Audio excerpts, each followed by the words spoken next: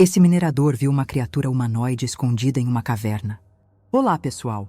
Hoje vamos mergulhar em um caso verdadeiro, pouco conhecido e absolutamente perturbador, ocorrido nas profundezas das montanhas da Bolívia, em 1997.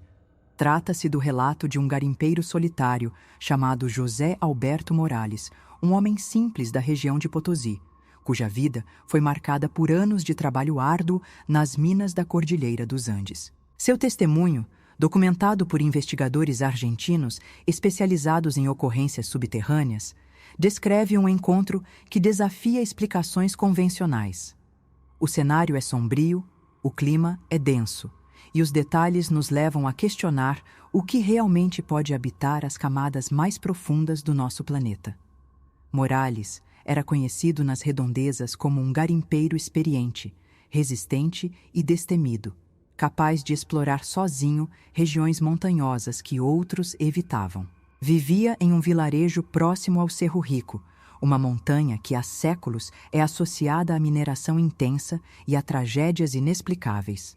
Naquela época, em abril de 1997, ele decidiu seguir uma dica dos anciãos da vila sobre uma formação rochosa que escondia túneis antigos, possivelmente anteriores à civilização inca. Munido apenas de um lampião a querosene, uma picareta e suprimentos básicos, Morales partiu para uma expedição que, segundo ele, mudaria sua percepção da realidade para sempre. A entrada do túnel ficava em uma fenda estreita entre dois blocos de pedra, camuflada pela vegetação e quase imperceptível a olhos desatentos. Para entrar, Morales precisou rastejar por vários metros, apertando o corpo entre as paredes úmidas e escuras, sentindo o cheiro metálico de ferro impregnado no ar. Aos poucos, o ambiente se abria e dava lugar a uma galeria mais larga, ainda assim abafada e silenciosa. Não havia som de vento, água ou qualquer sinal de vida.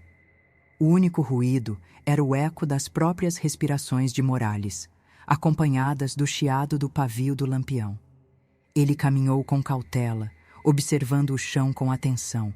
Foi nesse momento que notou marcas incomuns, como sulcos paralelos no solo, semelhantes a algo pesado sendo arrastado.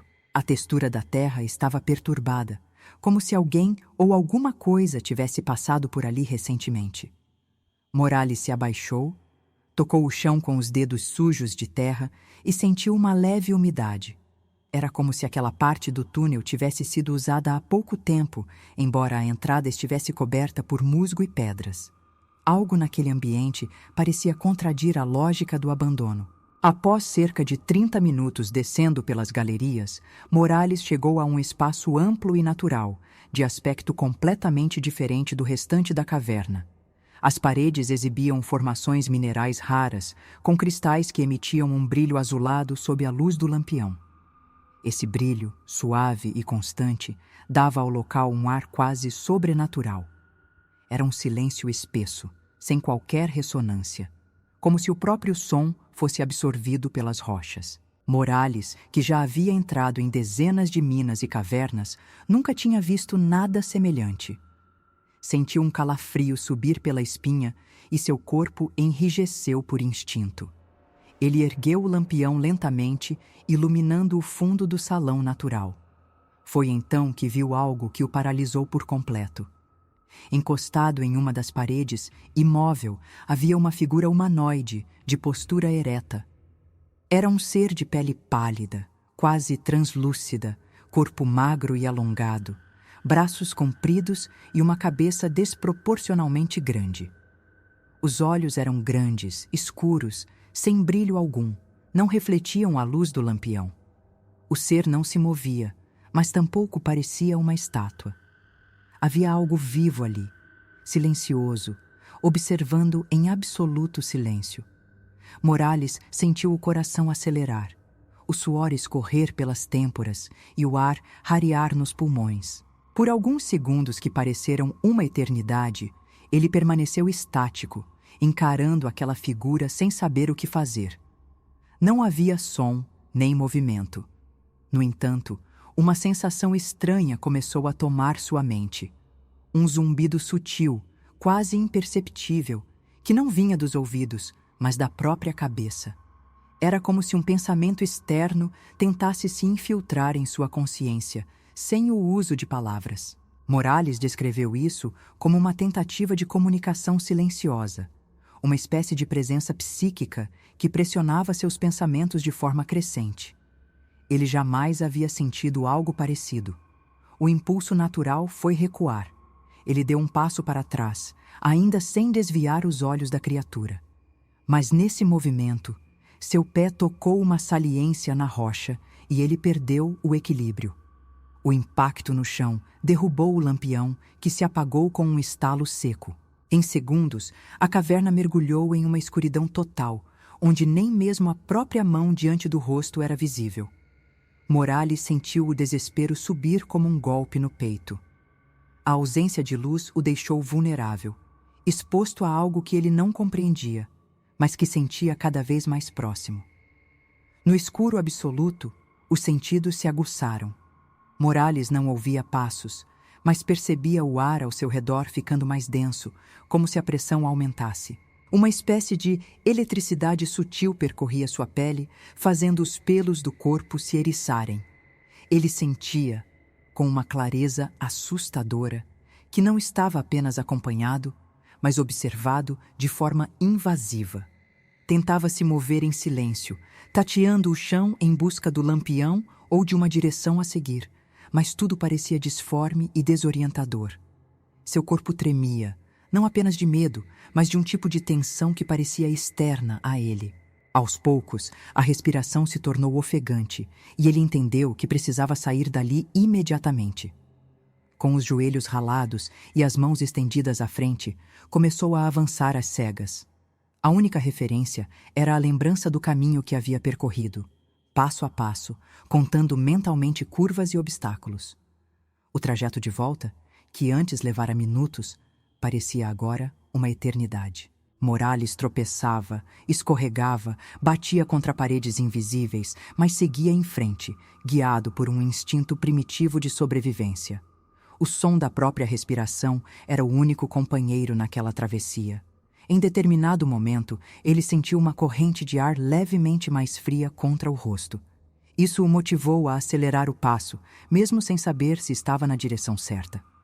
O ambiente ao redor começava a mudar. O cheiro de ferro enfraquecia, o ar tornava-se menos opressor. Foi então que, à frente, ele notou uma tênue luminosidade. Era a entrada da galeria, ainda distante, mas visível como um fio de esperança. Seus passos ficaram mais apressados, mesmo sem equilíbrio total, como se cada metro fosse uma conquista contra o próprio medo.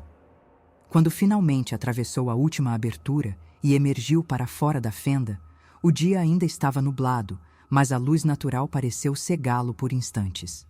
Morales caiu de joelhos sobre a terra seca, com a respiração descompassada.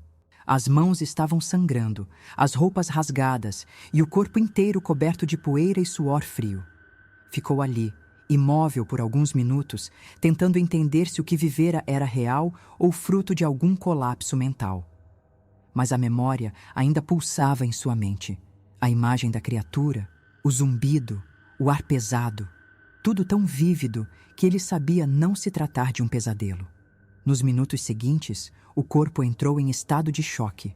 Morales conseguia apenas se afastar dali, cambaleando morro abaixo, até alcançar a estrada de terra que ligava a trilha à vila. Ninguém o viu chegar. Ele se trancou em casa e passou dias recluso, evitando contato com qualquer pessoa, tentando recuperar a sanidade. Aquele ambiente escuro parecia ter deixado uma marca que não se apagava com o tempo. Embora estivesse fisicamente fora da caverna, algo dentro dele ainda permanecia preso ao que havia testemunhado lá embaixo. E essa sensação não o abandonaria tão cedo. O silêncio foi quebrado apenas quando confidenciou o ocorrido a um amigo de longa data. Foi esse amigo que o incentivou a relatar tudo a um grupo de pesquisadores independentes especializados em fenômenos subterrâneos na América do Sul. Morales aceitou, mas com uma condição: jamais voltaria àquela galeria e ninguém poderia obrigá-lo a refazer o caminho. Para ele, aquela experiência era definitiva. Ele não buscava explicações, apenas queria distância do que vira. E essa decisão marcou o início de um dos relatos mais enigmáticos e inquietantes já registrados em solo boliviano. Mesmo com o relato completo registrado pelos pesquisadores, Morales evitava falar publicamente sobre o que tinha vivido. O grupo argentino, pertencente a uma corrente conhecida como ufologia subterrânea, ficou impressionado com a riqueza de detalhes e com a firmeza emocional de seu testemunho. Eles não encontraram contradições em sua narrativa, mesmo após entrevistas repetidas ao longo de semanas. O comportamento de Morales também chamava a atenção. Mantinha-se calado, recluso e demonstrava claros sinais de trauma. Segundo um dos investigadores, seu olhar parecia fixo em algo que ninguém mais via, como se parte de sua mente ainda estivesse retida naquele subterrâneo. Pouco tempo depois, os pesquisadores tentaram convencê-lo a retornar ao local do ocorrido, alegando que uma nova expedição poderia trazer luz a um dos casos mais singulares já relatados naquela região. A resposta de Morales foi imediata e inegociável. Ele nunca mais colocaria os pés naquele túnel. Disse que a coisa ainda estava lá embaixo, como se não se tratasse apenas de um ser físico, mas de uma presença que permanecia viva dentro do lugar. A convicção com que expressava esse temor afastou qualquer tentativa de persuasão. Para ele, a única forma de preservar a própria sanidade era manter distância total daquele ambiente. O caso, no entanto, não ficou restrito aos arquivos dos pesquisadores. Quando alguns moradores souberam da história, começaram a compartilhar antigos relatos de mineiros da região que falavam sobre presenças estranhas em túneis profundos. Havia lendas de entes pálidos que se escondiam do sol e habitavam os corredores silenciosos das montanhas. Esses contos, até então considerados folclore, passaram a ser vistos sob nova perspectiva. Velhos garimpeiros contaram que evitavam certas áreas do Cerro Rico não por superstição, mas por uma sensação inexplicável de repulsa, como se algo ali repelisse a presença humana. A repercussão local coincidiu com outro elemento intrigante. Morales havia retirado uma pedra da caverna, uma amostra cristalina que brilhava com uma fosforescência suave mesmo no escuro. Levou-a consigo na mochila sem perceber sua natureza incomum no momento da fuga. Quando os pesquisadores analisaram o material, constataram que se tratava de um composto não catalogado entre os minerais comuns da região de Potosí. A origem da pedra levantou especulações sobre a possibilidade de se tratar de uma formação desconhecida ou até mesmo artificial. O brilho da amostra permanecia estável, sem emitir calor, e seu padrão interno lembrava estruturas geométricas repetitivas. Nenhum laboratório consultado foi capaz de identificar com precisão sua composição. Alguns chegaram a sugerir que a pedra poderia conter elementos de origem meteórica, embora não houvesse registros de quedas recentes na região. Outros especialistas apontaram a semelhança com minerais formados sob pressão e temperatura extremas, mas ainda assim, os padrões luminescentes permaneciam inexplicáveis. Para Morales, no entanto, aquele objeto era apenas mais um fragmento daquilo que ele jamais quis reencontrar. Segundo ele, o brilho da pedra parecia pulsar durante a noite, como se respondesse a algo invisível ao redor. Por fim, ele a enterrou nos arredores da vila e se recusou a revelar o local exato. Com o passar dos anos, Morales foi se afastando cada vez mais da vida comunitária. Alguns disseram que ele passou a viver em regiões mais afastadas, trabalhando em minas menores e menos profundas. Outros, que ele foi internado em uma clínica depois de apresentar episódios severos de pânico e comportamento paranoico. Há registros fragmentados de suas últimas conversas com pessoas próximas, nas quais afirmava ouvir uma voz durante os sonhos. Uma voz sem som, mas reconhecível, que o chamava por um nome que ele próprio não sabia ter. Essa presença nos sonhos era constante e vinha sempre acompanhada da mesma sensação sufocante que experimentara no subsolo. Aqueles que o encontraram nesse estado relataram que ele evitava espelhos e superfícies reflexivas, dizia ver coisas se movendo atrás dele e desconfiava até mesmo da própria sombra. Em momentos de maior lucidez, expressava um medo quase infantil do escuro, mesmo tendo passado décadas trabalhando em cavernas. Ao ser perguntado diretamente sobre o que vira, sua resposta era sempre a mesma. Não era deste mundo, e não era a primeira vez que vinha. Essa frase, repetida com uma estranha certeza, deixou os pesquisadores ainda mais intrigados, sugerindo que o evento não era isolado, mas parte de um fenômeno muito maior e desconhecido. Os investigadores que documentaram o caso publicaram relatórios em revistas especializadas na Argentina e no Chile, mas o relato jamais ganhou notoriedade fora dos círculos da ufologia sul-americana. Com o tempo, a história foi se dissolvendo no esquecimento, misturada às dezenas de outras lendas que povoam os Andes. Ainda assim, alguns arquivos permanecem guardados, contendo desenhos feitos por Morales, representações detalhadas da criatura, croquis da galeria e notas escritas à mão com observações que ele fazia nos dias seguintes ao evento. Esses documentos são hoje considerados uma das mais ricas fontes sobre relatos de entidades humanoides subterrâneas da América Latina. A verdade sobre o que ocorreu naquela galeria próxima ao Cerro Rico permanece envolta em silêncio. Nenhuma entidade governamental se pronunciou. Nenhuma expedição oficial foi registrada. O caso de José Alberto Morales é, para muitos, apenas mais uma história de garimpeiros isolados lidando com o estresse de uma vida extenuante e perigosa. Mas para outros, representa um raro vislumbre de um universo paralelo que coexiste com o nosso, silencioso, invisível e profundo. Um lugar onde as regras conhecidas não se aplicam, e onde seres antigos, talvez inteligentes, observam a humanidade de longe, aguardando não se sabe o quê. Talvez apenas que alguém os descubra.